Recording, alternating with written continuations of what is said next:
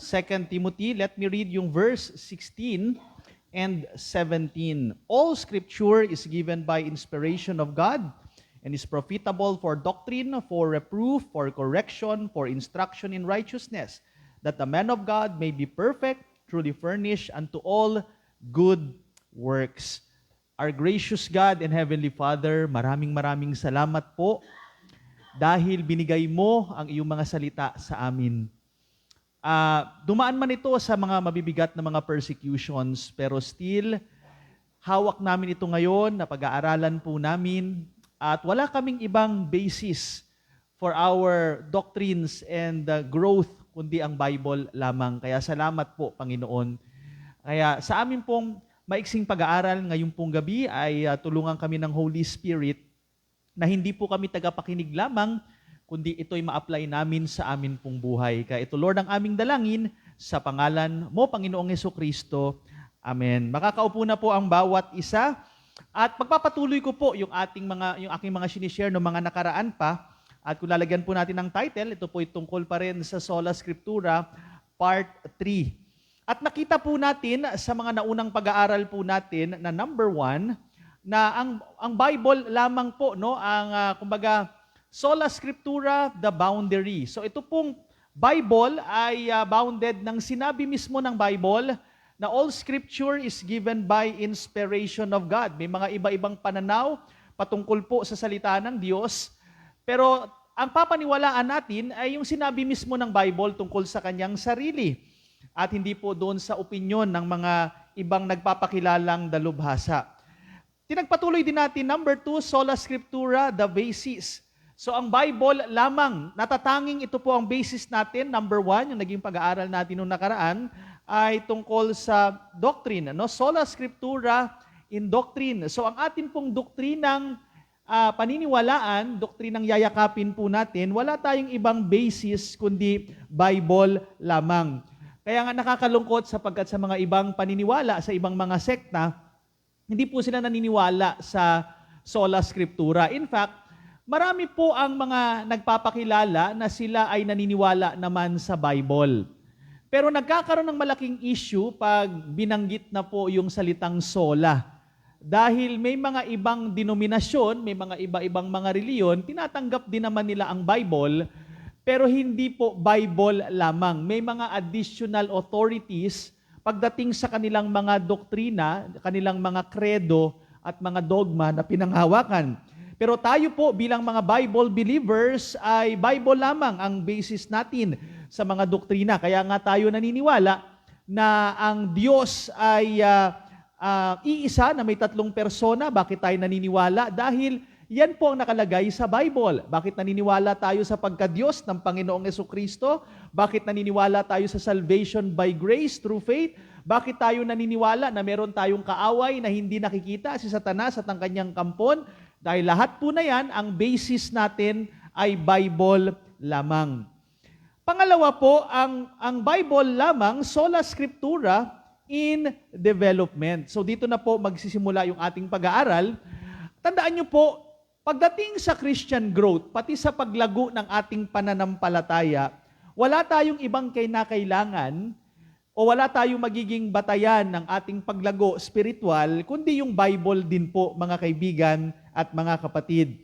Kaya nga sabi dito sa 2 Timothy chapter 3 verse 16, all scripture is given by inspiration of God and is profitable for doctrine. Tapos sabi diyan, for reproof, then for correction, for instruction in righteousness, that the man of God may be perfect.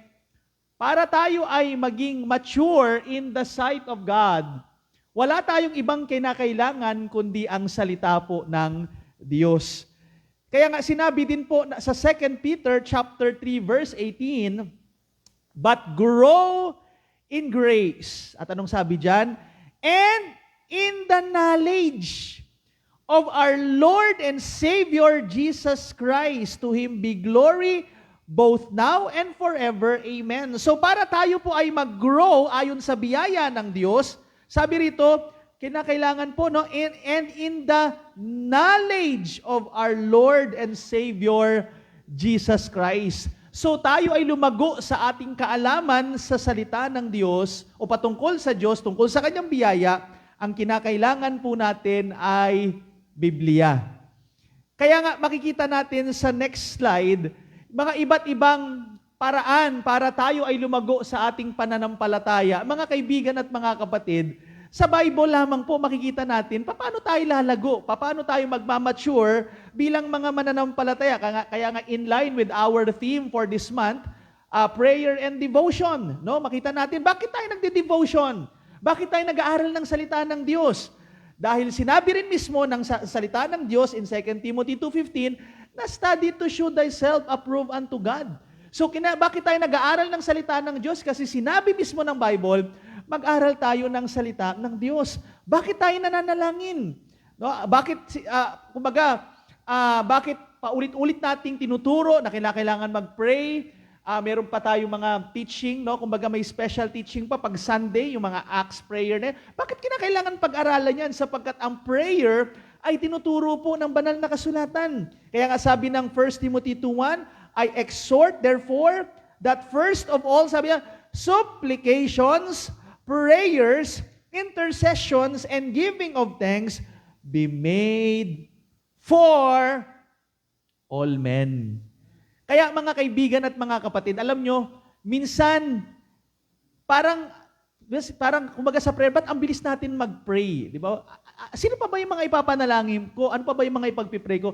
Alam nyo mga kapatid, kung iisipin natin tong talatang to, napakakulang ng oras. Bakit? Kasi kinakailangan pala ipanalangin natin lahat ng tao. Yun nga lang kakilala natin eh. 'Di ba? Ang magandang challenge sa atin, na ipagpipray ba natin lahat ng kilala natin? Alam nyo, hindi natin magagawa yan kung wala tayong ginagawang programa. Dapat tayo mismo mag-set tayo, alam mo, sa araw na to, ito yung papanalangin ko, sa araw na to, ito yung papanalangin ko. Kaya nga, di ba, kahit kaming mga pastors, nagsiset kami na itong araw na to, ay itong family na to, kasi may list kami ng mga pangalan ng mga FBC members and family. So, para hindi tayo kapusin sa panalangin, kasi minsan, di ba, ang bilis-bilis, sanay tayo sa prayer, Lord, salamat sa food, amen. Doon lang tayo nasanay eh, kasi sanay tayo sa mga kainan. Pero alam niyo sa doon, ang dami dapat nating ipanalangin, at sinasabi ng Bible, all men. Hindi man natin kilala lahat ng tao, pero maging goal natin na lahat ng taong kakilala natin, para magkaroon din kayo ng idea, tingnan niyo yung Facebook account niyo, tingnan niyo yung mga friends niyo dyan. Panalangin niyo bawat isa yan. Meron kayong mga kasama dyan, meron kayong mga ka-friends na mga unbelievers, pray for them, yung kaligtasan nila. Meron kayong makikita minsan dyan, magpo-post, may problema sila. Panalangin niyo. Merong mga naapektuhan, halimbawa ng kalamidad, nakita nyo sa post, pray nyo sila. Let's pray for all men. Bakit natin ginagawa yung prayer? Kasi sabi ng Bible, let's pray for all men. Bakit tayo nagpupunta sa local church? Bakit tayo dumadalo ng mga pananambahan? Bakit tayo nagbi-ministry? Kasi sabi nila ng Bible, huwag nating kalimutan, no? Forsake not the assembly. Huwag nating kalimutan ang pagtitipon gaya ng ginagawa ng ilan. Kaya mahalaga po in the sight of the Lord na nagkakaroon tayo ng pagtitipon. Part yan ng ating paglago bilang mananampalataya at nakalagay yan sa Bible. Kaya kita nyo, di ba, ang mga believers na hindi sila dumadalo sa mga pananambahan or bihira silang uma-attend or ang dami nilang paputol-putol yung pagdalo nila, napakabagal ng paglago. Kasi alam ng ating Panginoon na para tayo ay tumibay, lumago sa pananampalataya, kailangan natin ng bawat isa. Kaya nga mahalaga ang assembly, mahalaga ang eklesiya, mahalaga ang church. Next po, bakit tayo nag-share ng gospel? Bakit natin kinakailangan i-share ang gospel? Kasi sinabi rin ni Jesus Christ, na go ye therefore and teach all nations. Na sinabi pa na, go and preach the gospel to every creature. Bakit natin ginagawa yan? Kasi sola scriptura pa rin. Yan ang sabi ng Bible. Bakit tayo kinakailangang mamuhay ng may kabanalan? Bakit kinakailangang ayusin natin ang ating pamumuhay na hindi natin itolerate yung mga hindi kaaya-ayang gawain sa buhay natin? Dahil mismong ang Bible ang nagsabi na be ye holy for I am holy.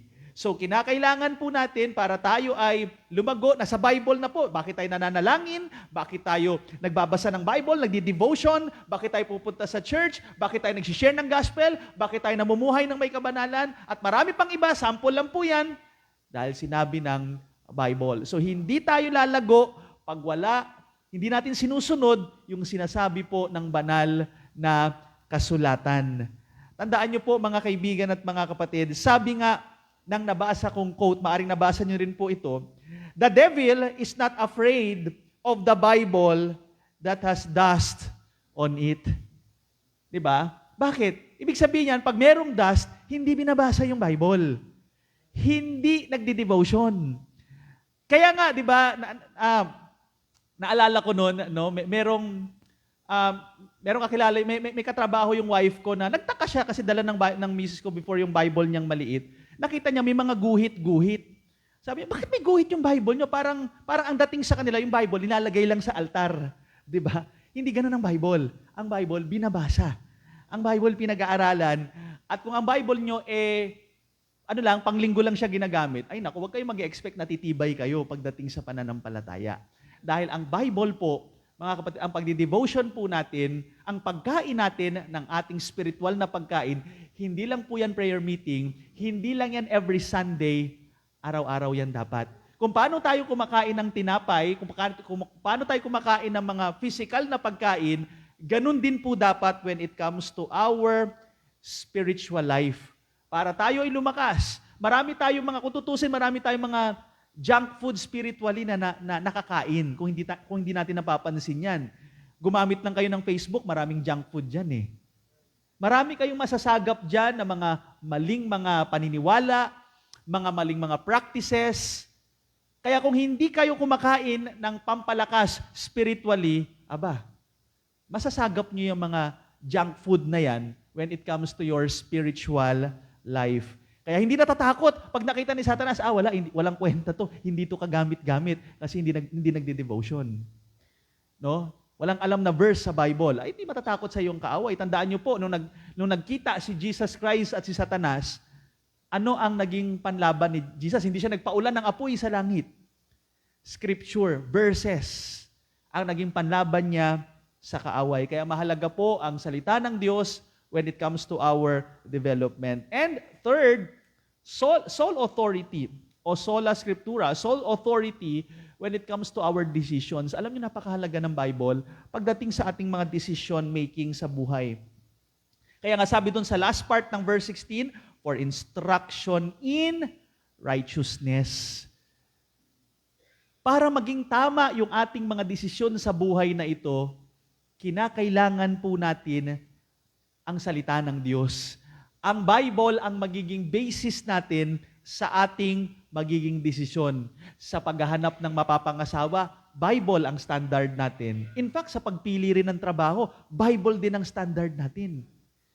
At kung mga ano pang mga pang-araw-araw na mga desisyon, may mga biblical principle na pwede tayong pagbatayan pagdating sa ating pagpili, pagdating sa ating mga desisyon sa pang-araw-araw. Kaya nga sabi ng Bible in Psalm 119 verse 105, pamilyar po itong talata, Thy word is a lamp unto my feet and a light unto my path. Liwanag po. Pero pansinin niyo itong liwanag na ito. Imagine niyo yung sarili niyo na naglalakbay kayo sa kadiliman, wala pa pong kuryente, lampara lang ang gamit ninyo. Di ba ang lampara, hindi naman niya kita kagad yung dulo eh. Kung ano lang yung malapit sa'yo, yun lang ang nakikita mo. Kaya, kumbaga, marami pang mga dark areas sa iyong buhay, pero since hawak mo yung lampara na yan, sige lang, tuloy lang, safe ka. At least hindi mo makikita mo kung malapit ka na sa bangin, makikita mo kung may mga dumadaan na dyan na mga ahas-ahas, kasi nga may hawak kang liwanag. Ganon din po sa ating desisyon sa pang-araw-araw na buhay. Marami po tayong hindi alam. In fact, itong ang year na to, ano ba mga mangyayari sa susunod na buwan? Wala tayong idea. May mga palapalagay, pero hindi natin malalaman 100%, pero hawakan lang natin yung liwanag.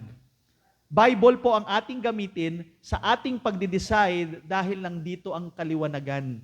And syempre, babalik ta rin natin, kung wala kang Bible, liwanag, kadiliman ang meron. So, kailangan natin ng liwanag para maging maayos po ang ating desisyon. Kaya nga, ganun din ang sabi ng Psalm 119 verse 130. The entrance of thy words giveth light.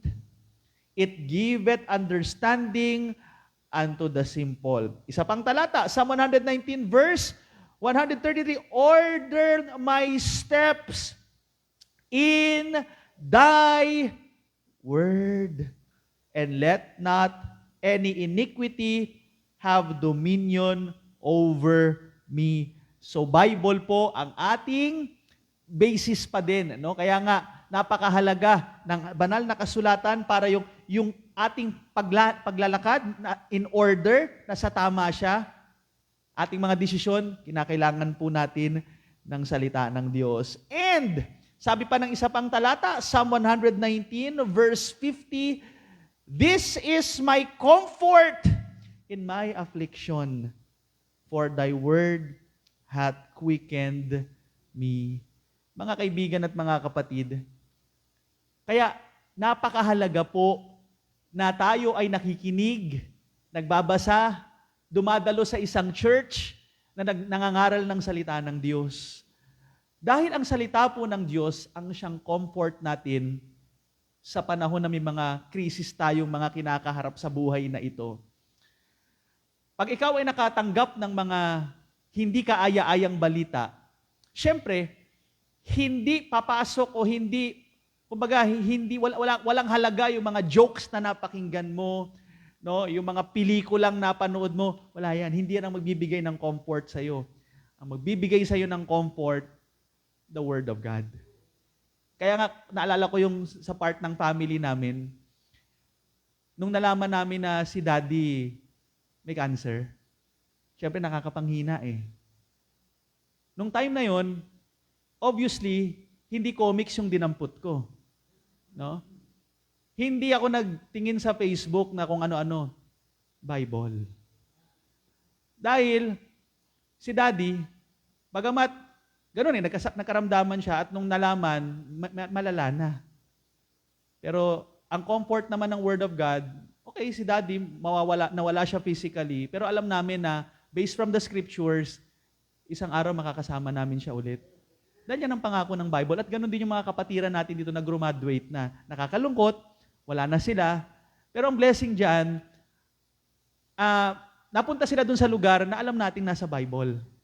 Na parang isipin nyo ng isang araw pupunta tayo sa isang bansa na alam nating may nag-aantay na sa atin dun. Dahil yan po ang pangako ng Diyos na ang mga nauna sa atin ay nandoon na po, no? Absent from the body and to be present with the Lord. Kaya nakakalungkot, may mga iba sabi na, ay gusto ko dun sa fellowship na yon kasi ang galing nung nagtuturo, puro joke eh. Ang galing nung nagtuturo doon kasi ang galing nila tumambling, may mga ganito silang performance. Hindi nyo magagamit yan sa panahon ng krisis. Ang magbibigay sa inyo ng comfort, magbibigay sa inyo ng strength sa panahon ng mga problema, babalik tayo sa salita ng Diyos. Dahil yan ang magpapatibay po sa atin paglago spiritually. Kaya nga po nakakalungkot mga kaibigan at mga kapatid, yung mga tinatawag na mga backslider. Kasi yung mga backslider, di ba, hindi na nag-church, wala nang gana sa mga pang-spiritual na mga bagay. Siyempre, ang mga pastors nalulungkot. Ang mga kapatiran, nalulungkot tayo pag meron tayong kasama dati na alam nating hindi na nag-attend ng church. Kasi sa totoo lang, hindi naman tayo nawalan eh. Sila po ang malaki nawawala sa kanila. Bakit? Hindi sila nakakapanginig ng salita ng Diyos. At tayo bilang mga mananampalataya, kung tutuusin, dapat napaka-dependent natin sa Word of God. Dapat. Pero nakakalungkot sapagkat sila, nasa daigdig sila o nasa mundo sila na, barkada, wala ng church life, hindi na nagbabasa ng Bible. Nakakalungkot yung ganun. Kasi ang laki nang nawawala sa kanila. Pero alam nyo, tayo minsan, maaring pupunta ka ng church na may problema ka o kaya nanghihina ka, parang walang dating sa'yo. Pero alam mo, kahit na, attend ka pa rin. Kasi meron pa rin binibigay sa'yo na lakas yan. Na parang kung tayo physically, meron tayong karamdaman, di ba? Bisa parang wala tayong ganang kumain, pero kailangan pa rin nating kumain. Lalo yung mga masusustansyang pagkain, pag may karamdaman tayo, Kasi makakatulong yan sa ating physical na pangangatawan. Ganon din po spiritually. Kaya pag ikaw ay may problema, huwag mong sasabihin, ay saka na ako mag-church pag wala na yung pagmaayos na yung problema. Maling-maling desisyon yun. Lalo kang mag-church, lalo kang magbasa ng Bible, lalo kang manalangin pag may problema ka. Dahil mas kinakailangan mo yan.